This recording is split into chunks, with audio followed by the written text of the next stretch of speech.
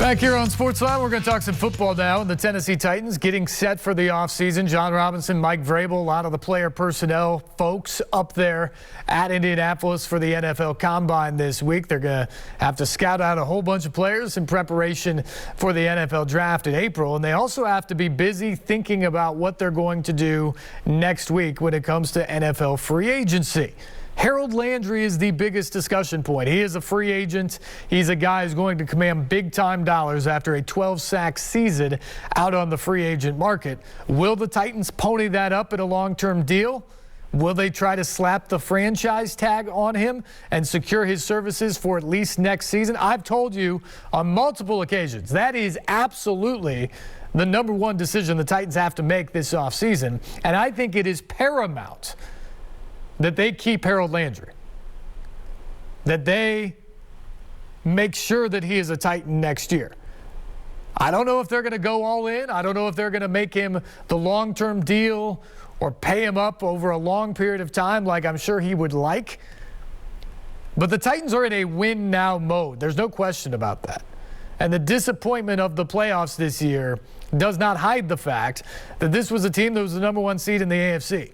It's a team that was in the AFC Championship game 3 seasons ago. It's won back-to-back division titles. They believe they're coming back next year to win. And the biggest thing I can tell you is this season, despite all the injuries and struggles on the offensive side of the ball, the defense carried the day for the Titans. It was the defense that really got them into that position. And who thought that coming into the year? The biggest reason why the defense made that huge leap was the pass rush. This team had been unable to rush and affect an opposing quarterback for a long time, and that changed this year because of Landry with his 12 sacks, because of Jeff Simmons becoming an absolute monster up front, the addition of Danico Autry, and Bud Dupree wasn't always healthy, and he was working his way back even at the beginning of the season from a torn ACL. But when Bud Dupree was on the field, the Titans' pass rush was ferocious. And we saw that in the playoffs with a record 9 sacks of Joe Burrow, even in that loss against the Bengals. To me, if you're John Robinson and Mike Vrabel and you're looking at a team coming back next year, you're going to be good. But what made you great this season was a defense that for the first time in a long time could impact opposing teams in their passing game. And you've got those 3 guys there. Harold Landry was the ringleader in many ways, though, with 12 sacks, which led the team. You want him back. And if you got to pay franchise tag dollars this year for one more season of that, you do it. If you're not prepared to sign him long term. Now, I'm not sure what the story is going to be there, but the Titans need to do that because that is a pivotally important piece of this offseason and what that defense is going to look like next year. So that's priority number 1. One of the other real considerations they're going to have to look at is what are they going to do on the offensive line. This is a unit that has been one of the most important for the Titans for the entire time they've won, even under Mike Mularkey. It is a unit that has been a bunch of maulers, essentially. They've won in the trenches, and the Titans have been able to run the football because of it. And that's how they've won football games.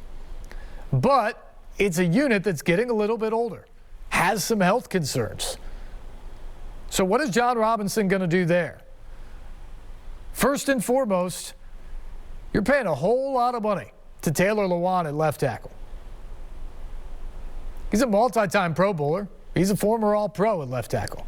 But he was coming off a torn ACL in 2021. He struggled early on in the season, and it was up and down throughout. I think he got much, much better at the end of the year.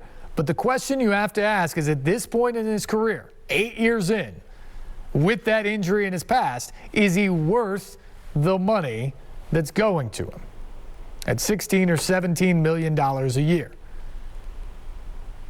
And if you want to part ways with him, what do you do? That's the most important position on the offensive line at left tackle. Certainly Taylor Lewan would love to be here. We saw him over the weekend out at the Stadium Series with Pekka Rinne helping to throw out the catfish before that game. Taylor Lewan wants to be in Nashville. He wants to be a part of this community, and he wants to be a part of a really good Titans offensive line. He has for a long time here. He's one of the key figures in helping the Titans turn the franchise around. But there are questions about that salary and about his health at this point in his career. Here was Taylor Lewan at the end of the season talking about what he believes his future to be. Yeah, it sucks, man. You know, we practiced, the intensity in practice this week, everyone seems so locked in and focused. You just really don't want it to go like that. You can't believe it's over, you know. It just sucks, you know. Turnovers obviously were a big part of today. Yeah, you know, that's how it goes, man. When we take care of the ball, when the Titans take care of the ball, and the defense plays the way they did today, we win. And you know, I've said this before. It takes all 11 guys when it comes to turnovers. Yeah, it just sucks, man. You really wish you. So I think seems to be the plan was good, execution was poor. How do you guys come out having paved this path 2 games from the Super Bowl and execute it? Yeah, we just didn't execute it. I mean, I think the game plan was good. We ran the ball well. I thought the boys protected well. It just, you know, some things, they play football too. They're paid also, and you know, it's unacceptable. This one hurts real bad. 2 years, home games, go home. Yeah. Kind of feels like a trend of a concern. Every year's a new year. I don't think that's worth becoming a thing, you know. I think it's a bit of a reach. I think the trend should continue to try to keep home playoff games. And, you know, Vrabel and John, they do an amazing job. And they'll make sure we get over that trend, as you put it. The final drive before the interception, you guys had the ball and a chance to go down and get the field goal to win it. It didn't seem like there was a lot of urgency. It seemed like you guys were Yeah, it's a time management thing. We get the ball with, I think, 2:35. You know, we had 2 timeouts plus a 2-minute warning on, you know, the 20-yard line. That's, in a lot of ways, you're in regular ball. And so it's it's a situation of time management and making sure we have the last snap. And, you know, it was a good game plan. That's Vrabel's strong suit. That's the reason why he's Coach of the Year, is having those types of game plans. To, you know, they're a very potent offense, and they do a great job. And, you know, us having the ball in our hands for the last snap was the plan. And, you know, I don't know what happened on the interception. I think it got tipped, right? Yeah. It's tough, man. It's just a hard pill to swallow. And I will say that the Tennessee Titans fans, man, they were unbelievable tonight. It's the last I've ever heard it in the stadium. It's the most electric I've ever heard it. And they deserve to win. They played a huge part in that game of how dominant our defense was. And our offense just couldn't get it going. Did you feel like things were kind of lining up for you guys going? You're healthy, you've been all year. Yeah, even during the game, after the first play on offense, I don't think there was never a point in my mind, at least, that we were going to lose this game. It was, you know, we're here, we're doing it. You know, it wasn't clean, but how many dirty wins have you seen from us before? You know, and you know, you have to give them credit. They played a phenomenal game. They stacked that box and played 6-1 defense. They were playing goal line in the middle of the field. And we ran a couple plays where just wasn't enough guys to block their guys on the front side or back side. They did a good job. You know, but I thought we had momentum and we were great from the 25 to the 25. And just when you get stalled out in the red zone or in the fringe area, that's what happens. You lose games. We need to make those 3 sevens. You know the adversity that you guys overcame, then all the talent on this roster, like how much tougher does that make the season ending like this? Yeah, that's tough, man. There's a lot of talent on this roster, and there's a lot of adversity this season that this team worked through. And, yeah, that's hard. But there's not a whole lot you can say to make things better. There's no more games. It's over. And you just wish We found a way to win that game, man. We had it, and we just didn't take care of the ball the way we should have. 2 more. Yeah, I don't think that's in question. I think everyone knows. I will say this has been a year of adversity for me, and not my best year by any means. But I think it's pretty obvious that first year, unless you're Adrian Peterson, is tough coming back. And I didn't have a full off season to train. I was really focusing on my knee, and my conditioning wasn't as good. My strength wasn't as good. My power wasn't as good. There was a lot of things that weren't up to my standard. And then with knee comes other injuries like a back, and it's just how the anatomy works. And so I have no doubt that I'll be back next year. I think, and I'll be back to myself. I have no doubt about that. And Last question. What is the finality like? You know this team's not going to be the same next year. Is it almost a shock to the system that it is over and you guys? yeah, it's super shocking. I think none of us expected this. I don't think any of you guys expected this. And even during the week, like the intensity in practice, you would have thought it was like a week 1. Everyone seemed so fresh and so ready to go. And I just, in those games, man, you just have to give credit to the team that won. And they won. And, August is a long way away. So hopefully, we bring back as many guys as possible. John and Vrabel, they know what's best for this team, and they're going to do that. And I'm excited to see how it all unfolds. Thanks, Taylor. Titans left tackle Taylor Lewan there talking about his future with the team. They're going to have to make a decision about Lewan. They're going to have to make a decision about Roger Saffold, who's 33 years of age at left guard, one of the highest priced left guards in all of football. He was a Pro Bowler this season, so he played well, but he was also dealing with the shoulder injury almost throughout. And he wasn't able to finish several games. He missed a game in there as well. Injuries are a concern for any lineman at that point in time in their career, but certainly for Roger Saffold, given the price that the Titans are paying as well. Can they keep both Lewan and Saffold at that price tag? We'll see. The other guy you have to think about is Ben Jones, the center. He's a unrestricted free agent, but he loves this community. He's a huge leader on the offense and in that locker room, and he's one of the toughest guys you'll find. He's also getting a little bit older, but John Robinson and Mike Vrabel like him. You imagine they want to keep him around if they can. But those are all of the discussions you have to have on the offensive line when thinking about this Titans team.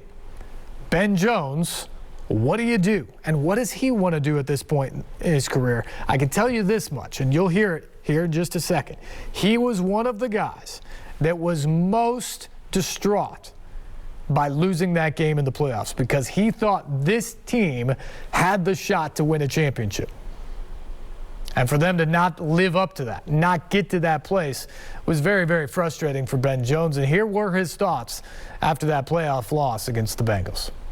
Ben, how tough is this to deal with? You work hard all season for wins, number 1 seed in the AFC, and now you got to deal with the reality that there is no game next week. Yeah, you never prepare for this. You're always worrying about the game that you're in, you're worrying about the next game. And when you don't have something to prepare for right now, it's hard because for me, I was last year in the deal, I'm trying to win a championship. And my mindset every day is like, what does it take to win? And when you fall short, it hurts because that's the only thing that mattered to me. It was everything, every day was a process of getting there. And we fell short today and it hurts. Go ahead. Ball pretty well. Case of turnovers again.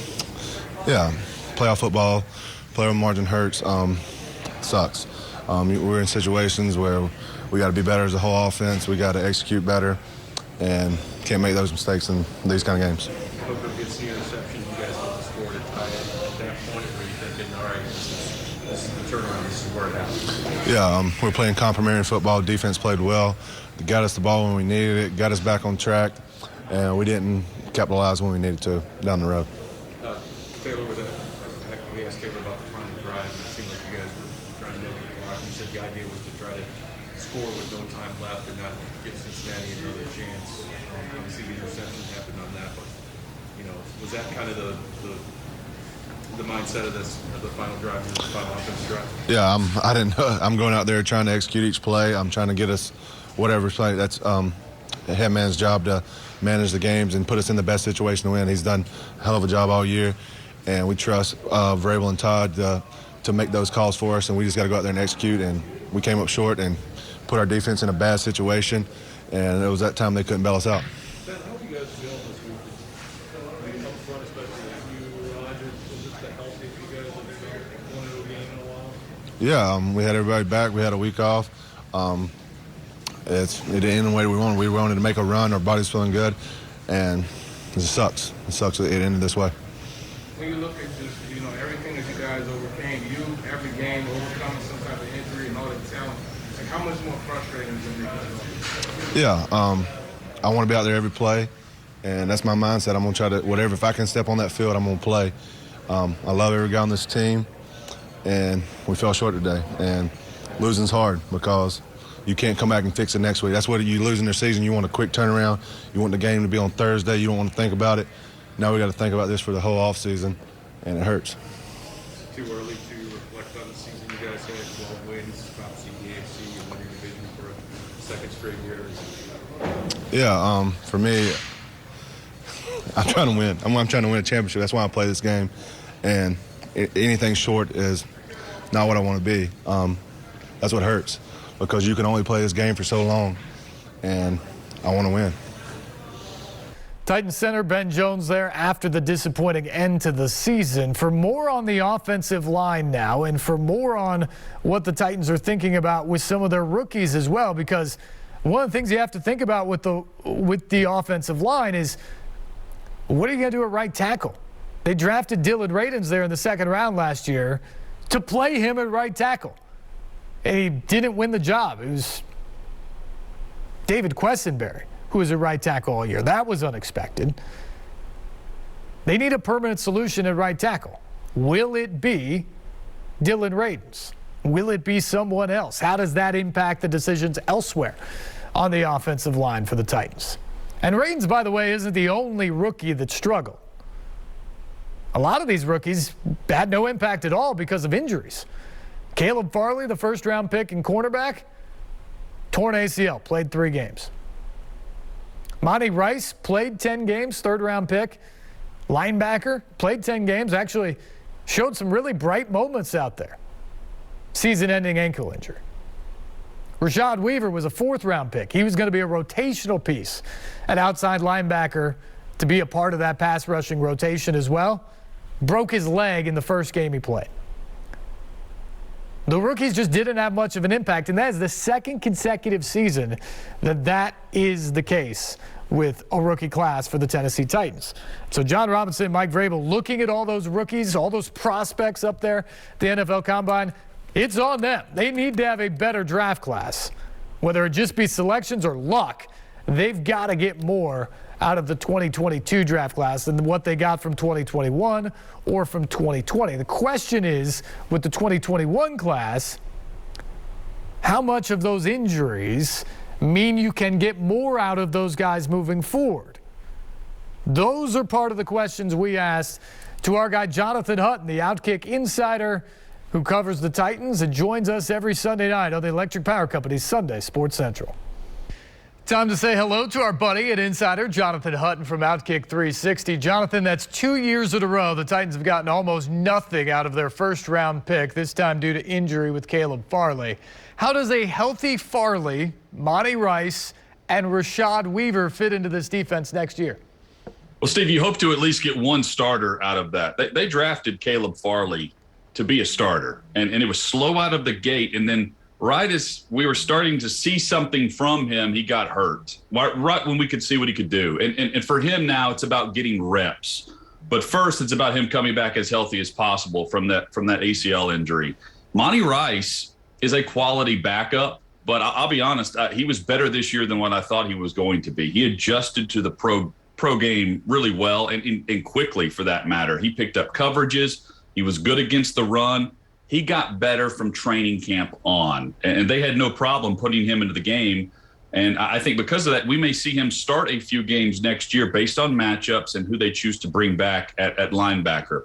And then Rashad Weaver was hurt before he even got started. But in that small glimpse of what we saw, it was pretty good. I think he was drafted to be a rotational piece on this defensive line. He can still be a solid rotational piece moving forward, especially with that little piece that we saw from him, which was really good production for Weaver. Second-round pick Dylan Raiden's played sparingly in 12 games and played as much guard as tackle. Can he still be the answer at right tackle, or what's his role starting next year? Well, I mean, it's a bit of an unknown. He stepped in and started against the 49ers at left tackle, and I thought he was better than just a player who could hold up. I thought he was fine. We didn't see a guy who looked out of place, and I'm intrigued to follow that year 1 to year 2 production for him, Steve, because he needs a massive offseason in the weight room. But when you look at their offensive line and who they can bring back and what they might do, Raiden has to figure into that mix, because right now I don't think they have a great answer at right tackle. And this is a huge offseason for him in that area, because while we can call him a good rotational piece, a good swing piece across the offensive line, you just don't draft those guys in the second round. You draft starters in the second round on the O-line. And Raiden's is an unknown piece based on how his rookie season played out. Yeah, let's talk more about that offensive line. Taylor Lewan struggled to come back from a torn ACL early last year. Roger Saffold battled injuries all season, played well, and Ben Jones is now a free agent. What, if any, other changes are coming to the offensive line in 2022? Well, they have some aging high-paid players, as you've pointed out, and it depends on the money here. The Titans can save against the cap by dropping salaries of Taylor Lewan and Roger Saffold.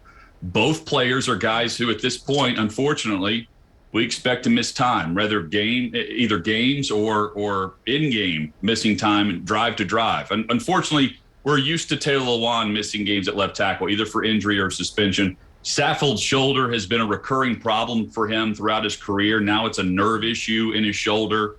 But can you drop both players? Probably not. Ben Jones is a veteran. I think they're going to re-sign, even at 33, because he's smart, durable. He's extremely tough. He's a leader for you on that offensive line. And then we of course, mentioned right tackle. All that being said, Steve, this is a group that I think is better tweaked than it is overhauled.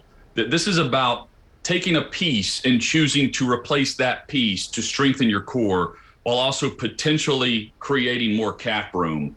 And I think they'll be diligent in how they go about that. I don't think they want to completely overhaul the left side of that line right now. All right, roster changes are coming soon. Jonathan Hutton will talk combine next week. Can't wait. Thank you, Steve.